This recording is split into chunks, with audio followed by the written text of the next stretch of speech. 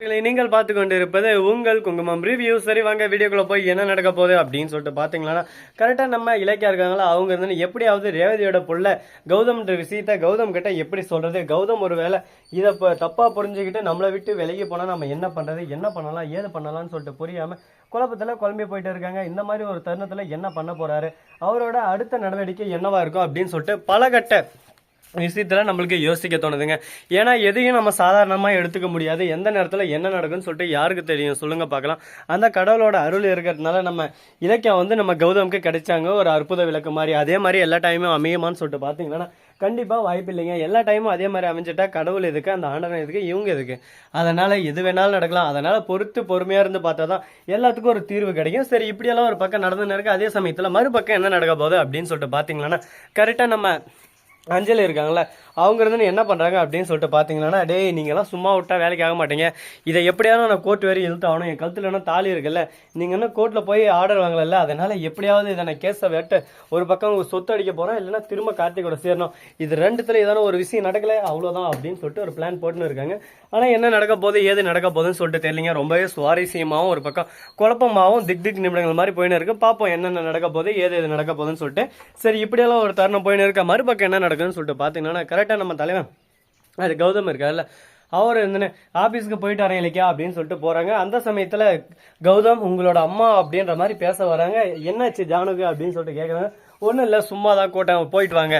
ஜானு சாப்பிட்டீங்களான்னு கேட்டாங்க. அதான் கேட்டாங்க. அது என்ன காலையில் சாப்பிட்டேன் நீ, அப்புறம் என்ன உனக்கு என்ன கன்ஃபியூஷன், என்னாச்சு ஏதாச்சு அப்படின்னு சொல்லிட்டு விசாரிக்க. ஒன்றும் இல்லைன்னு சொல்லிட்டு அங்கேருந்து கிளம்பிடுறாங்க.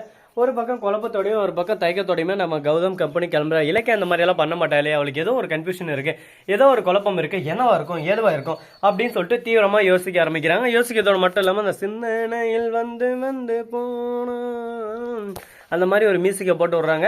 சரி பாப்பா என்னென்ன நடக்க போகுது, ஏது நடக்க போகுதுன்னு சொல்லிட்டு. சரி இப்படியெல்லாம் ஒரு பக்கம் நடந்துன்னு இருக்க. மறுபக்கம் என்ன நடக்குதுன்னு சொல்லிட்டு பார்த்தீங்கன்னா கரெக்டாக எல்லாத்தையும் தாங்க உண்டா, எல்லாத்தையும் அடிச்சு துவம்சம் பண்ணுண்டா அப்படின்னு சொல்லிட்டு சீரும் புலி பாயம் புலி மாதிரி வந்திருக்காங்க ஒருத்தர். அது யாரா அப்படின்னு சொல்லிட்டு பார்த்தீங்கன்னா யாருன்னு சொல்லிட்டு இந்நேரம் நீங்களே கெஸ் பண்ணிட்டு இருப்பீங்க. வேற யாரும் இல்லைங்க, நம்ம எஸ்எஸ்கே தான்.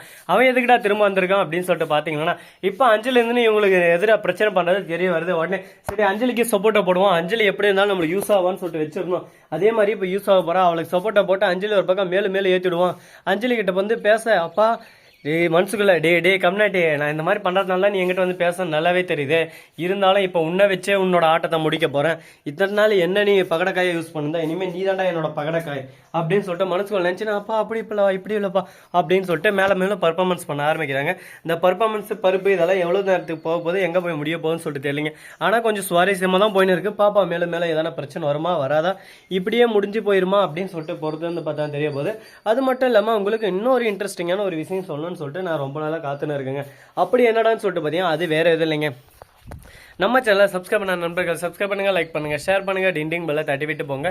அப்பதான் நான் போற அடுத்தடுத்த வீடியோ உங்களுக்கு உடனுக்குடன் நோட்டிபிகேஷன்ல வந்து கொண்டே இருக்கும். மிக்க நன்றி, தேங்க்ஸ் ஃபார் வாட்சிங், டாடா, see you, நன்றி வணக்கம் வந்தனம் வருக தருக, நன்றி வணக்கம் வந்தனம் வருக தருக.